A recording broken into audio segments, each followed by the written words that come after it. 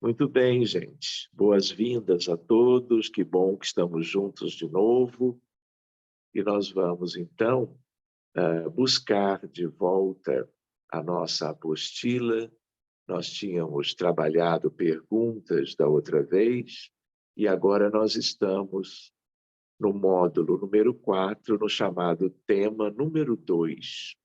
Então, nós vamos partir para uma nova temática a partir da página 237 da apostila número 1 da FEB sobre o estudo da mediunidade.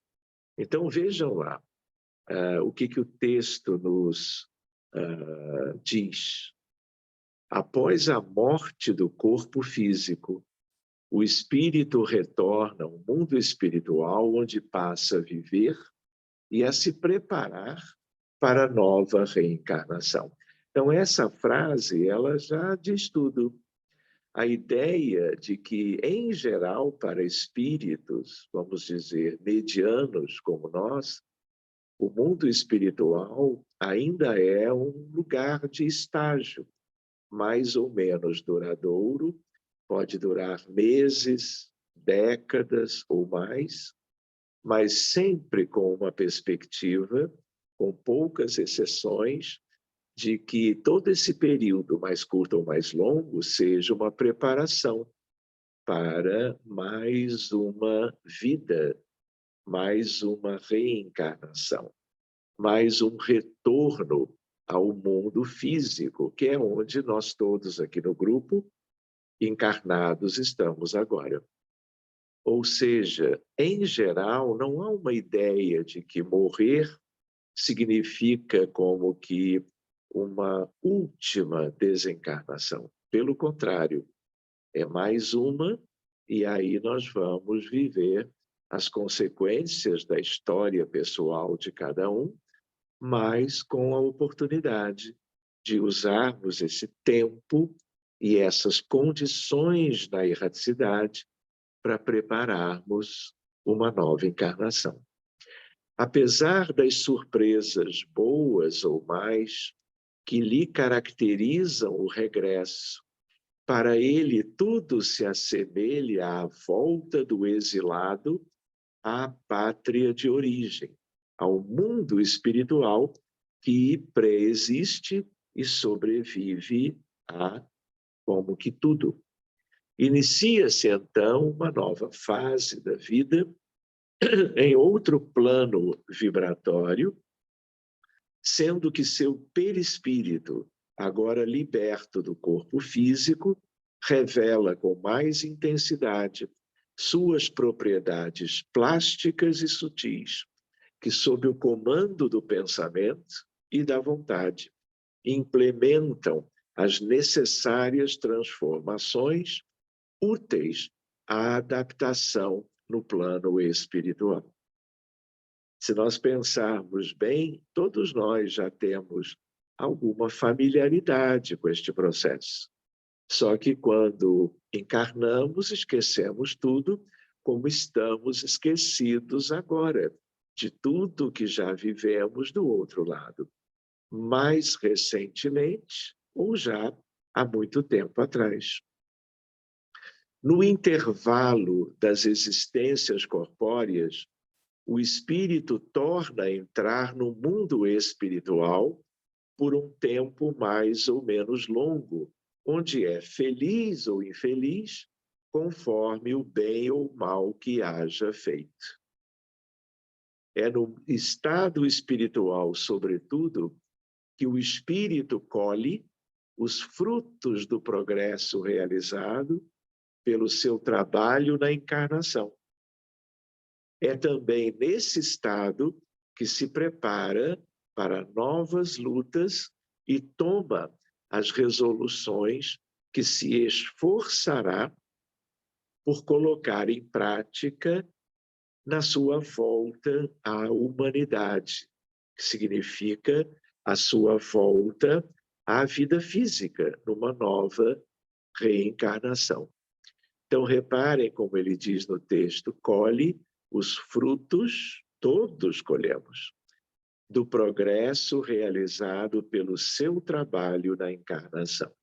Então, só para nós nos lembrarmos, pode ser oportuno, existe o trabalho assalariado de inúmeras naturezas diferentes. E existe o trabalho voluntário, também com várias possibilidades, ainda mais num mundo tão atrasado e com tantas dificuldades, né? Então, o trabalho externo, ele se divide, como que na experiência humana, entre aquele que há uma retribuição, vamos dizer assim, há como se fora um pagamento, e existe também o trabalho externo voluntário. Mas é sempre bom nós nos lembrarmos que existe o trabalho interior, que tem a ver com o autoaperfeiçoamento, o autoconhecimento, a reforma íntima e a educação dos sentimentos. É claro que o trabalho externo de uma ou de outra natureza nos ajudam nas questões internas, mas o principal é o que nós nos empenhamos de fazermos por nós, naquela espécie de um auto-amor em prol da vida futura, que, de certa maneira, espera absolutamente a todos nós.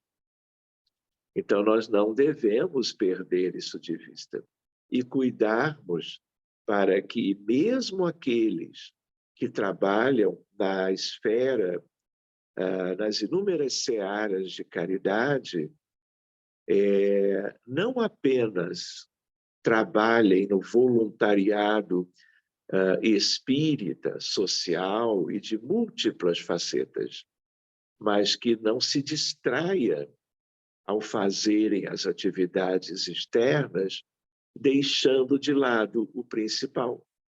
Então, quando Jesus, nos evangelhos, dos evangelistas, comentava a respeito dos trabalhadores da última hora, ele se referia ao trabalho de aperfeiçoamento pessoal. E a ideia da última hora é porque ele também dizia que os tempos são chegados. Naquela ideia de um alerta de que nós não podemos perder mais tempo.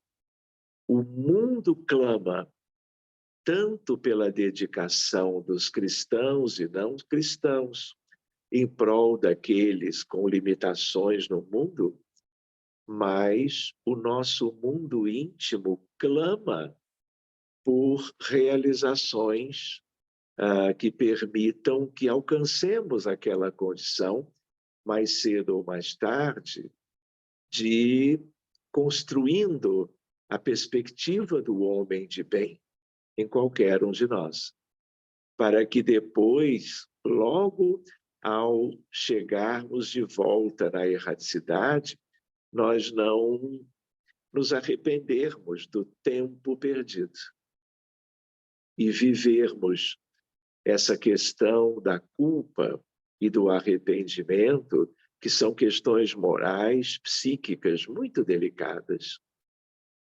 Enfim, são lembranças para nós. Então, a ideia de que a hora é essa, não é? E se nós, num mundo com tantas questões sérias e difíceis, penosas para tanta gente, nós não vamos despertar para os elementos da caridade, da fraternidade, da solidariedade, né? E nós também, conhecendo um pouco melhor, amadurecendo os ensinamentos de Jesus, agora à luz do Espiritismo, se nós não nos cuidarmos, o principal tem que ser feito por nós, não é? A espiritualidade amiga, amorosa, está sempre conosco. Mas, por mais que recebamos deles orientações, inspirações, sugestões, ajuda, o principal é nosso, né? É individual. Então, vamos seguindo. Ensina Emmanuel que o desencarnado integra-se na nova moradia a uma das inúmeras sociedades humanas existentes no além, cuja organização social fundamenta-se nos princípios de afinidade estabelecida entre os seus habitantes, que pode ser comparada à imensa floresta de criações mentais, onde cada espírito em processo de evolução e acrisolamento encontra os reflexos de si mesmo. Olha como é curioso isso, né? É como se ele dissesse que cada um tem um lugar.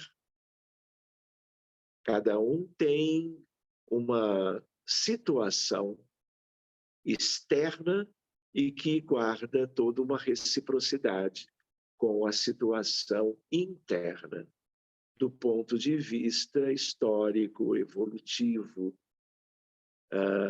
seja juntando tudo aquilo que já se viveu no pretérito com os nossos sonhos, do que nós gostaríamos de viver no futuro próximo e também no futuro distante.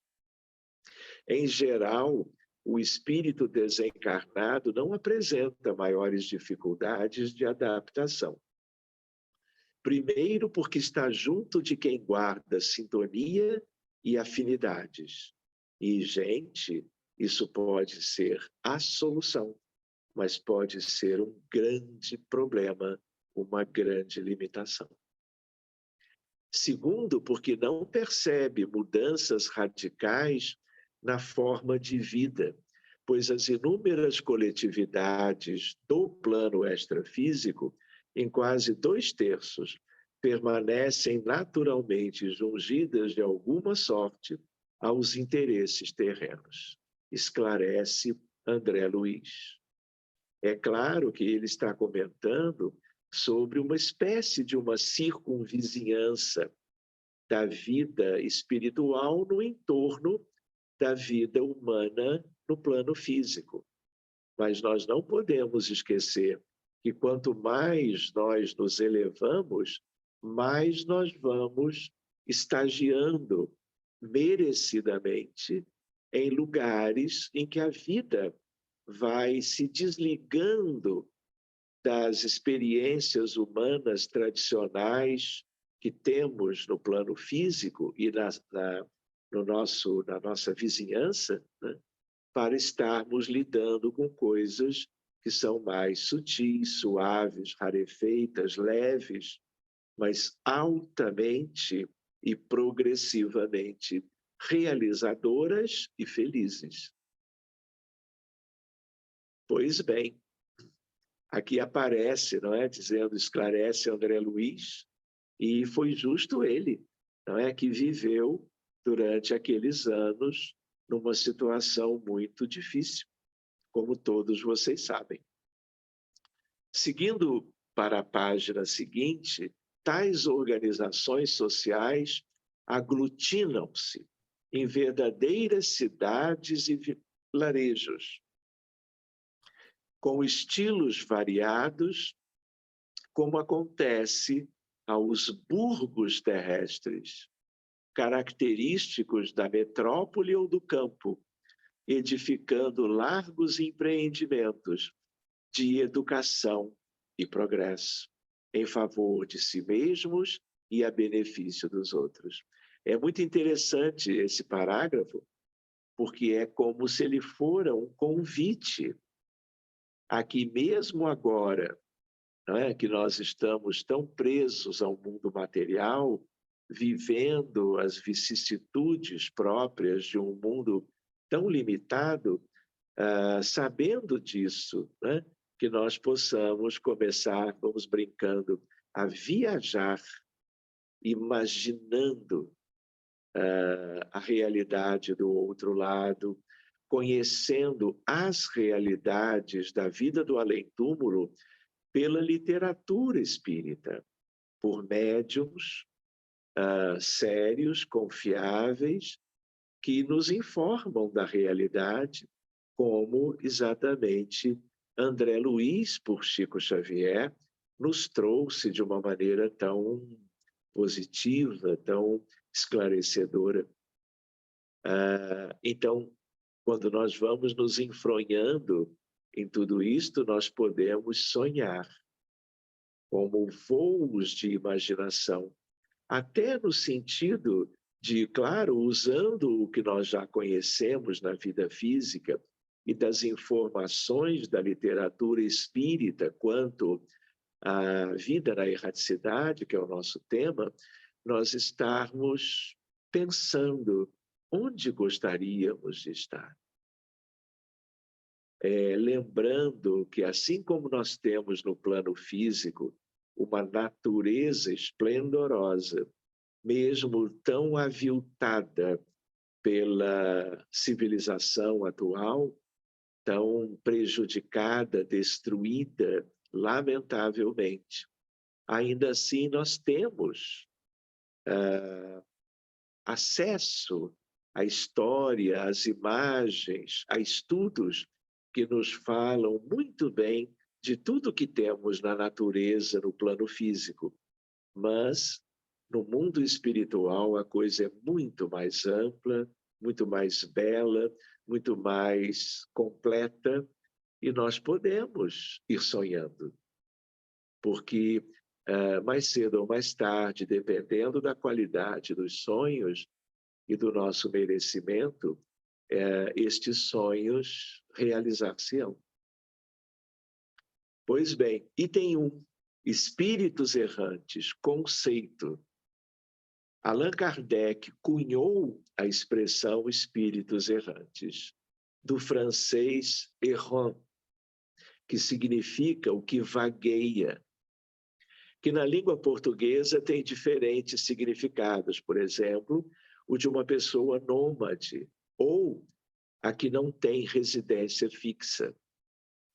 Para o Espiritismo, serve para designar o espírito que ainda necessita passar por muitas reencarnações até que atinja o estado ou estágio de ser espiritual evoluído, característico do espírito puro. O espírito puro é aquele estágio da maior elevação quando nós estudamos a hierarquia dos espíritos no próprio livro dos Espíritos, como estudamos também a hierarquia dos mundos, onde aprendemos que a Terra é um mundo de expiações e de provas. Isto é, o que possui superioridade intelectual e moral absoluta com relação aos espíritos de outras ordens. Então, se a ideia que está contida no livro O Evangelho segundo o Espiritismo, no capítulo Sede Perfeitos, que é esse texto belíssimo sobre o homem de bem, não é? Esta é a meta para as pessoas comuns na Terra que desejam o progresso mais alcançável a relativo curto prazo, mas talvez para muitos a médio ou longo. Mas a ideia de que, afora isto, essa hierarquia estudada na doutrina espírita nos ajuda a ideia de uma meta, não é? Longínqua, mas que qualquer um só chegou fazendo o seu devido esforço. Então, erraticidade é um estudo precioso para qualquer um que vá querendo conhecer melhor a si mesmo, as perspectivas futuras, não é? E vale a pena sempre, já foi recordado antes, que qualquer um de nós constrói o que vai viver na erraticidade quando está encarnado, no dia a dia do período da vigília, mas sem esquecermos, no noite, das noites, quando estamos adormecidos para o repouso físico e mental, mas estamos imediatamente como que errantes por períodos de horas durante o sono noturno. A mesma ideia, não é, de erraticidade, de lugar, de situação física, isso nos acompanha quando estamos também encarnados. Lembram daí a importância da nossa reforma íntima, da nossa introspecção, de nós nos conhecermos, de nós orarmos todos os dias, à noite pelo menos, para que nós nos encaminhemos para um período proveitoso do outro lado, não é? Já usufruindo da liberdade, na erraticidade fragmentada durante a vida física. Não faz sentido isso, gente? Pois bem, espíritos puros, porque percorreram todos os graus da escala e se despojaram de todas as impurezas da matéria. Então, quando nós nos lembramos daquela, como eu às vezes gosto de dizer, a tríade devastadora, que são as principais limitações ou vícios morais, orgulho, egoísmo, vaidade e indiferença, nós estamos nos referindo a essas impurezas da matéria.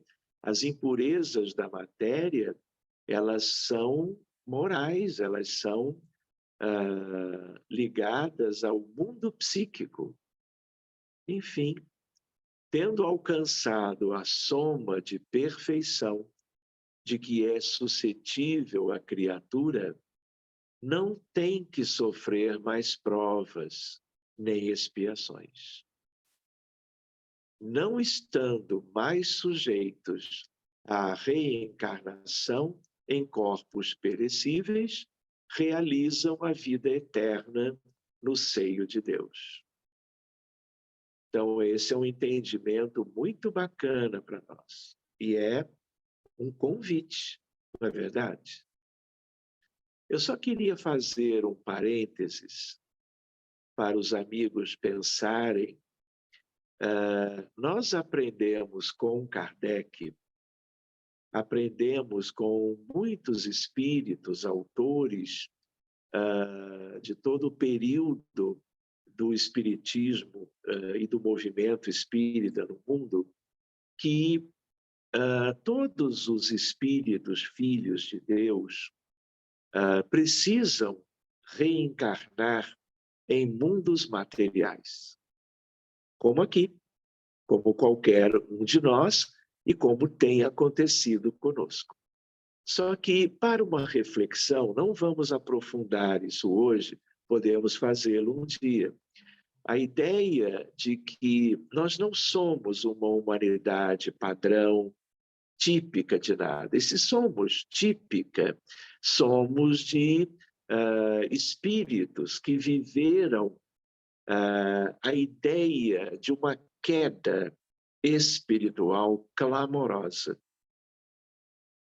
Então, a Terra não é um exemplo de mundo. A Terra não é um padrão que nós pudéssemos imaginar que, ao longo de todas as eras, desde os confins da criação, que os filhos de Deus tivessem vivido analogamente, como se todos os seres fossem obrigados a passar, a estagiar por mundos imperfeitos, como o exemplo da Terra. Não é assim. Muitos creem que sim. Por isso, aqui no texto, ele comenta como se, alcançando este grau de aperfeiçoamento moral, já não precisamos mais de reencarnarmos em mundos como a Terra, de imperfeições, este mundo como que de provas e de expiações ou mundos parecidos. A ideia, para nós pensarmos com carinho e dialogarmos outro dia, é a ideia de que todos os espíritos são criados simples e ignorantes, numa pureza primitiva. E, na medida em que são criados, vivem na erraticidade, não no sentido aqui de entre uma vida e outra, vivem em mundos espirituais próprios para, desde os recém-criados, filhos de Deus, humanos, alcançando a condição humana, eles viverão em mundos fluídicos, invisíveis aos olhos humanos, invisíveis aos instrumentos ópticos de aproximação, invisíveis aos melhores telescópios que a ciência humana já construiu. Apesar do telescópio Hubble, apesar do James Webb mais moderno, estar revelando coisas lindas, ainda assim, tudo isto é de parte do universo material. Mas 96,5% do universo e da criação, nós não temos a menor ideia do que é, porque não há nada que nos diga do que se trata, e a espiritualidade chama tudo isto de mundos fluídicos. E o maior contingente da vida do universo não é de mundos e espíritos com as nossas características. Pelo contrário, lamento informar, brincando um pouquinho no tema, que nós somos a exceção. Então, que isso seja um ponto de reflexão e, ao mesmo tempo, uma ideia de que aqueles sonhos, eles sejam algo que nós nos ocupemos no dia a dia. Que nós sonhemos para muito além daquilo que é a vida após a morte num mundo tão limitado como a Terra. Então, meus amigos, aqueles que quiserem estudar um pouco mais sobre isto, procurem uma obra monumental chamada Os Quatro Evangelhos, de João Batista Rustem. É uma obra longa, a edição pela FEB está esgotada já há muitos anos. Houve um pessoal que trabalhou numa revisão recente e ela vai ser publicada logo, logo, ainda este ano, por amigos espíritas lá do Centro-Oeste, na verdade, de Brasília. E a outra ideia, vocês podem buscar o livro hoje mesmo no site da FEB, que trata dos quatro evangelhos de uma maneira resumida e que chama-se Elucidações Evangélicas, de Antônio Luiz Saião. É uma dica bem bacana no sentido dos conteúdos que nós temos ali. Quem quiser ter uma ideia da realidade melhorzinha do ponto de vista espiritual do universo, busque Rustem. E uma outra ideia, para quem preferir, não que uma coisa invalide ou substitua a outra, leiam a grande síntese de Pietro Baldi. Conheçam o que ele diz ou chama de sistema e antissistema. E aí vocês vão ver toda a analogia entre o que nós estávamos lembrando de Rustem e de Saião e de outros autores. Eu posso enviar material de estudo a respeito para vocês. Então, nós temos aí um convite para além do que este texto estaria nos indicando, tá bom? Então, vamos adiante mais um pouco. Para Allan Kardec, os espíritos podem se situar em 3 estágios, tendo a reencarnação como referência. Então, toda vez que vocês verem um texto espírita que fale de reencarnação, lidando com a realidade na Terra, lembrem-se de que está o texto, mesmo que o autor espiritual não o conheça, ele está se ligando ao que é típico, habitual e conhecido num mundo como a Terra, bem atrasado, bem material, bem denso e, de certo modo, chamado de provas e expiações. A Edna fez uma pergunta por escrito, eu vou pedir que ela refaça depois, para que eu não interrompa aqui e eu possa responder em seguida. Tá bem? Muito bem, Edna. Então, voltando, no tocante às qualidades íntimas, os espíritos são de diferentes ordens ou graus, pelos quais vão passando sucessivamente à medida que se purificam, ponto. Com relação ao estudo, ao estado em que se acham, podem ser encarnados, isto é, ligados a um corpo, somos nós agora, ou errantes, isto é, desligados do corpo material e aguardando nova encarnação para se melhorarem, e espíritos puros, isto é, perfeitos, não precisando mais de encarnação. Continuando, isso tudo nós já tínhamos visto. Os errantes, neste contexto, representam um número significativo dos habitantes do além, constituindo a maioria da humanidade terrestre desencarnada, que deve reencarnar e, por meio de provas e expiações, avançar na senda do progresso. Assim, no espaço de tempo compreendido entre uma e outra reencarnação, os espíritos são transferidos para locais apropriados ao seu aprendizado, consoante os princípios da sintonia.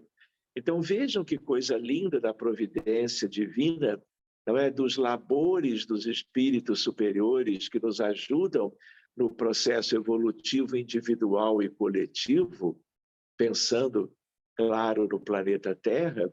A ideia qual é?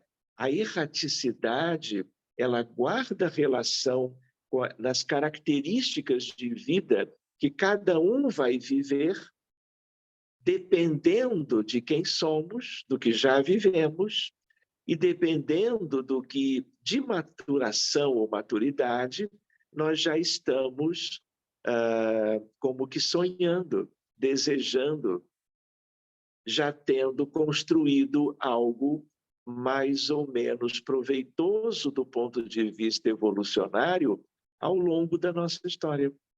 É como se a erraticidade, onde ainda existe um sofrimento imenso, também lá existe ambiência de muitas realizações, e tudo, tanto para os que sofrem, como para os medianos, como para os que já se adiantaram mais, tudo é, na erraticidade, preparatório para uma vida futura melhor, para novas conquistas, na busca de aquilo que nós não conseguimos até então. Pois bem, o homem desencarnado procura ansiosamente no espaço as aglomerações afins com o seu pensamento. E eu vou brincar de novo. Isso pode ser tudo de bom, mas isso pode ser a continuação do nosso sofrimento, de modo a continuar o mesmo gênero de vida abandonado na Terra. Tudo depende do que pensamos, do que sentimos, do que sonhamos e da nossa história multimilenar. Há espíritos errantes com diferentes graus de erraticidade, espalhados nas inúmeras regiões do mundo espiritual, assim caracterizado por André Luiz. E aí ele vai dizer, eu me lembro, amigos, que para quem quisesse estudar um pouquinho melhor, talvez, né, essa questão que estamos vendo hoje, além de André Luiz, que é a nossa base, além de Kardec, que é a base das bases, que nós busquemos um livro que circulou no grupo em PDF, que chama-se As Sete Esferas da Terra, e que eu vou pedir para quem tiver, para repostar, porque alguns entraram depois, e essa é uma obra da FEB, pequena, de um autor encarnado chamado Mário Frigueri, que compilou elementos muito bacanas na literatura espírita cristã, a nosso benefício. Então, André Luiz dizendo, o plano imediato à residência dos homens jaz subdividido em várias esferas. Assim é, com efeito, não do ponto de vista do espaço, mas sim sob o prisma de condições de vida.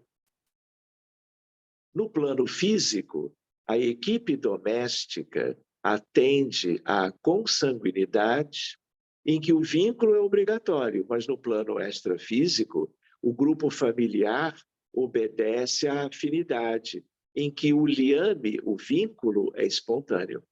Então, lembrando do Evangelho segundo o Espiritismo, a parentela corporal e a parentela espiritual, que é por afinidades e por vivências prévias, onde as afinidades foram construídas, onde os ambientes fraternais, onde sentimentos de qualidade foram sendo exercidos, vividos, experimentados ao longo da nossa história.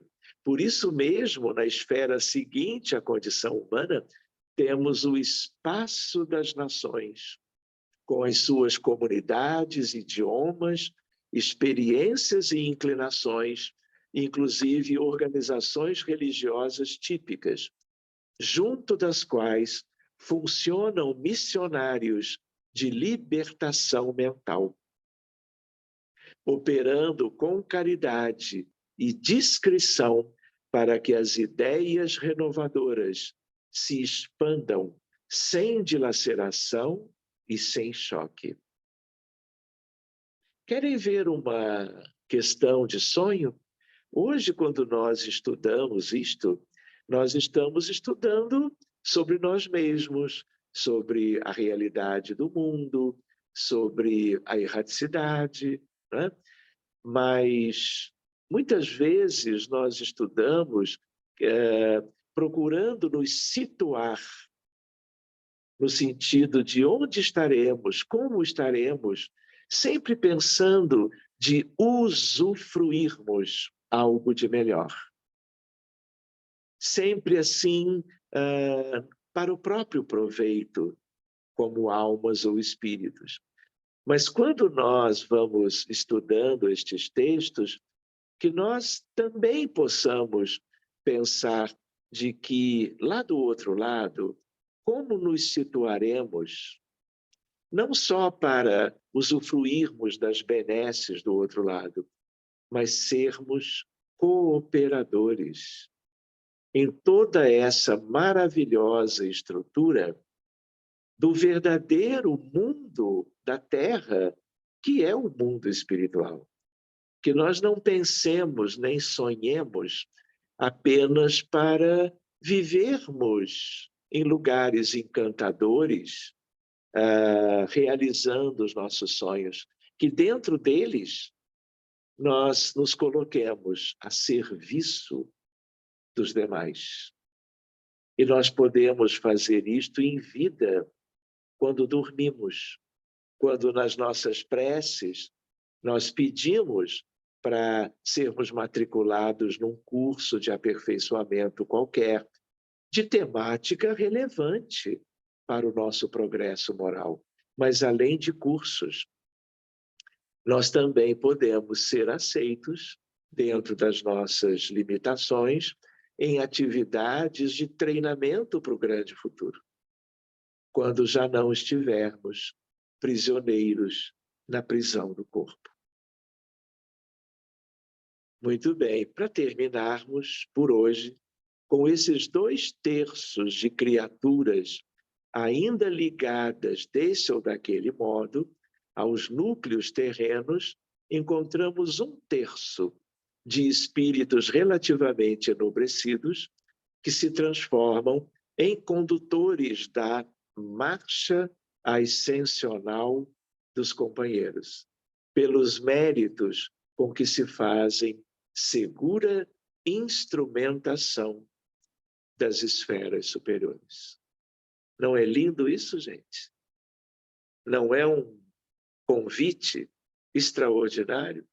Não é algo que abre horizontes sobre a vida futura? E a vida futura também não é verdade, ela começa agora. Então, meus amigos, nós vamos fazer o seguinte, vamos interromper o texto, eu vou pedir a Vivi para deixar a nossa reunião sendo ainda gravada e nós vamos conversar um pouquinho sobre a temática de hoje. Então, todos são bem-vindos para, claro, que questões relacionadas ao nosso tema, tá bom? Fiquem à vontade a partir de agora. Mas eu lembro da questão da Edna. Edna, faça, por favor, a pergunta, se você ainda estiver presente, de viva voz, por favor.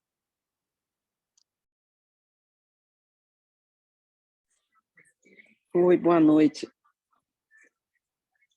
Está me ouvindo? Estamos ouvindo bem, Edna. Obrigado. Ok. Não, é porque o senhor falou sobre o estudo das obras de Rustem, né? E todos esses anos, por todos os centros que eu passo, todo mundo condena qualquer contato com a obra dele porque houve alguma colocação dele que foi contra a de Kardec e a da doutrina. Então, era só o que eu queria esclarecer era isso. Às vezes, não sei, talvez tenha sido mal colocado para a gente. Edna e amigos. Eu estou tendo um problema de conexão. Conecta, desconecta, e fica frisado. Você me ouve? Edna e amigos, se você for estudar o livro Brasil, Coração do Mundo, Pátria do Evangelho, que ainda assim, muitos espíritas estritamente kardecianos, eles não aceitam a obra. Mas nesta obra extraordinária sobre as perspectivas para o Brasil no grande futuro, nós vamos encontrar Humberto de Campos comentando da importância de Kardec, a base, a estrutura fundamental do Consolador prometido.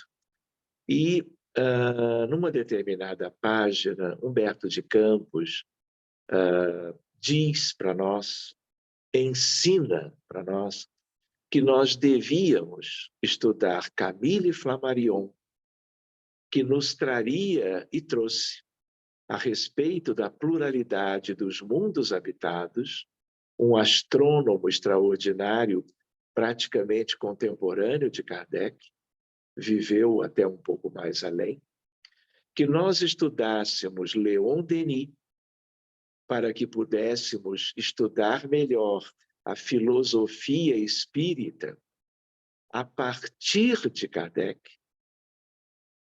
tanto quanto ele traz a ideia de Gabriel Delany, para que nós estudássemos a ciência espírita, e ele traz muito claramente que nós estudássemos Rustem, que nos traria os desdobramentos a respeito do estudo dos evangelhos e da Boa Nova, Mateus, Marcos, Lucas e João. Agora, existem pessoas no movimento espírita que não, eu diria, ainda souberam apreciar uma obra extraordinária, monumental, que está à nossa disposição para que nós nos possamos enfronhar. Porque quando Allan Kardec, com uma atitude tão linda, escolhe de incluir o Evangelho segundo o Espiritismo dentre os livros da codificação, ele sabia que a humanidade era essa e ele fez questão de publicar esta obra a partir do incentivo dos benfeitores, para nunca se deixar de verificar o quanto a doutrina espírita é uma doutrina cristã. E ele fez a parte dele. Mas se você examinar o livro Evangelho segundo o Espiritismo, ele vai tratar, vamos dizer, da síntese cósmica dos evangelhos, o Sermão da Montanha. Desde o primeiro capítulo até o último. Só que os evangelhos são muito além do que Allan Kardec, com os benfeitores, puderam tratar. Ele veio fazer o trabalho de base e outras continuações da revelação vieram depois. André Luiz não veio, Emmanuel também, o próprio Humberto de Campos, Delany, Flammarion, Leon Denis e Rustem. Agora, é uma opção, infelizmente, por limitações intelectuais, por limitações espirituais, vamos dizer assim, muitas pessoas ainda não souberam valorizar. Como tem pessoas no mundo que não valorizam Emmanuel, vejam só. Como pode? Pode. Por quê? Porque nós somos uma humanidade heterogênea e no movimento espírita somos pessoas de condições muito diferentes. Se você quiser estudar uma obra interessante, é um autor que fala sobre zona lúcida. Mas vamos deixar para conversar melhor sobre isso mais adiante. A ideia qual é? Nem tudo do universo está ao alcance de todas as pessoas, na Terra e em qualquer lugar. Ou seja, fica o convite, examinem esta obra.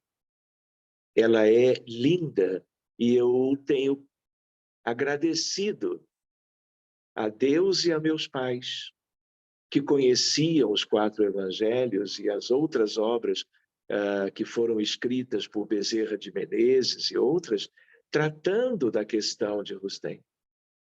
E eu pude conhecer isto desde pequenininho. Eu acho que eu tinha 8 anos. E nós conversávamos sobre isto. Então, eu vou brincar, foi ontem. Então, eu trago comigo essa valorização. Eu não posso deixar de compartilhar com vocês. Obrigado, viu, Edna? Porque o que você trouxe deu ensejo a um comentário, né? Mas somos livres para buscarmos aquilo que pareça melhor para nós. Então, como nós somos um grupo, né, e eu tive essa oportunidade, eu como que sugiro veementemente que vocês examinem as obras correlacionadas a esta principal do próprio Rustem, que vai então examinar os evangelhos desde a anunciação do anjo Gabriel a Maria e antes a Isabel, mãe de João Batista, até o Apocalipse. Ou pelo menos algo próximo a ele. Tá bom? Que mais, gente? Doutor Sérgio Tisse, boa noite. Me surgiu a respeito do Evangelho de Rustem uma dúvida. Eu não li essa obra, não, mas eu sempre ouvi falar, me parece que o ponto controverso dela é a respeito do corpo de Jesus, né? Por isso é que eu acho que o pessoal, uns aceitam e outros não, né? Parece que a obra fala sobre um corpo fluídico de Jesus, ou seja, ele diz que Jesus não nasceu como todos nós nascemos, né? Mas sim que veio através de um corpo fluídico. Eu tenho a impressão que esse é que foi o ponto a ser discutido. Sérgio, esse é um ponto importante. E como eu tinha comentado antes, eu falei da queda dos espíritos, falei agora há pouco, comentei a ideia do quanto a Terra é um mundo à parte. Como nossos espíritos são muito imperfeitos, tentando abrir para que o balde chama do sistema. Nós vivemos há milhares de anos no antissistema, porque nós vivemos questões que nos levaram à queda e a vivermos aqui. Esse é um estudo sério que podemos fazer outro dia. Jesus é um espírito que não tem nada a ver com isto aqui, no sentido de que, lembrando de Emmanuel, no livro A Caminho da Luz, lembra, Sérgio?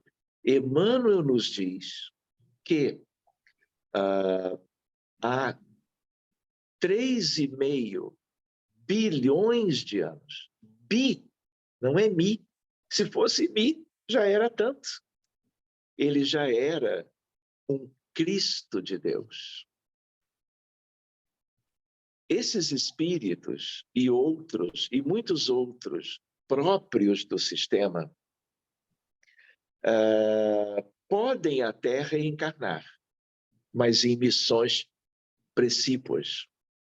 Mas a elevação de um Cristo não pode encarnar num corpo material. A mera aproximação faria explodir o óvulo fecundado no útero materno. Então, para tudo, nós temos, vamos dizer, coisas que são possíveis, mas temos que pensar que nem tudo é viável. Então, essa questão é linda do corpo fluídico de Jesus. Linda, é um convite ao progresso moral, ao conhecimento melhor, aperfeiçoado da realidade do universo. Então, não se preocupe. Há quem não goste da ideia, que critique Rustem por causa dos aspectos, como um deles é este, talvez o principal, como você trouxe. Mas eu sugiro, deixem a mente aberta, o coração aberto, e estudem. E hoje mesmo, se eu tiver oportunidade, ou no mais tardar amanhã, eu vou postar, vamos dizer, umas 4 postagens que eu havia feito no meu Facebook, que trata dessas questões. Quando puderem, passem os olhos e depois nós podemos fazer uma noite de segunda-feira para estudarmos isto, para conversarmos sobre isto. Então, a erraticidade, que é o nosso tema, tem a ver com isso, mas é uma erraticidade muito primitivazinha, no envoltório de um mundo muito acanhado que é a Terra. Mas o universo de Deus, Sérgio, é completamente diferente de tudo aquilo. É claro que isto aqui faz parte do grande todo, mas o que há, que ainda é insondável pela mente humana, é algo tão grandioso que nós temos que abrir a nossa mente, o nosso coração, para que tenhamos zonas lúcidas, cada vez mais capazes de abarcar essa realidade do grande todo. Então, vamos conversando, tá bom? Mas agora já são 8 e um pouquinho. Tem mais alguma questão para nós abordarmos? Obrigado também, viu, Sérgio? Obrigado, doutor. Boa noite, doutor Sérgio. Opa! Não, só para complementar esse assunto, que no livro Universo e Vida também tem um capítulo dedicado, né, no capítulo Filho do Homem, que também trata sobre isso. O Fellini lembrou, essa era uma das dicas que eu ia tentar postar, mas ele se antecipou muito bem. E eu vou dizer algo para vocês, e muito para o Sérgio, para a Edna, mas para todos. Eu vou postar esse capítulo, mas o autor do livro chama-se Irmão Áureo. Áureo é um pseudônimo de Blaise Pascal. O médium desse livro era meu amigo, amigo de meu pai, amigo de tanta gente. E ele recebe o livro inteiro de Pascal. E o capítulo chamado Filho do Homem, que o Fellini lembrou também, aí já é uma opinião pessoal. Trata-se do conteúdo mais importante, verdadeiro, profundo, e eu diria também definitivo, sobre Jesus, naquilo que nós, os pequenos, podemos lidar hoje em dia. Então, fica o convite do Fellini colocado para todos. E eu vou me encarregar de postá-lo. Eu tenho certeza que vocês vão gostar muito. Posso até dizer para vocês, brincando ainda, é o antes e o depois. Tá bom? Obrigado, viu, Felipe? Então, agora, nós podemos passar para uma nova etapa, esperando que estejam todos bem. Se alguém quiser fazer uma pergunta, por favor, ou guarde para a semana que vem, ou faça assim, offline, eu respondo e depois, se ela for útil a todos, nós voltamos a elas. Temos tempo. Espero que essa temática, não é, que Kardec nos conduziu a examinarmos hoje com o André Luiz, que bom que nós chegamos a Rustem. Então, vamos fazer a nossa prece, vamos lembrando, não é, que alguém que aqui do grupo esteja mais cansadinho, queira se deitar, se recostar, que esteja como que vivendo alguma situação em relação à sua saúde, coloque-se confortável para receber como que ajuda da espiritualidade. Não se preocupem todos de serem úteis hoje nos atendimentos que a espiritualidade vai fazer. Tá bem? Amanhã é outro dia, segunda-feira teremos uma próxima reunião. Todos temos oportunidades para recebermos ajuda e também doarmos o fluido que vai ajudar todo mundo. Tá bom? Então, agora sim, eu pediria para a Vivi, se possível, para ela interromper a gravação.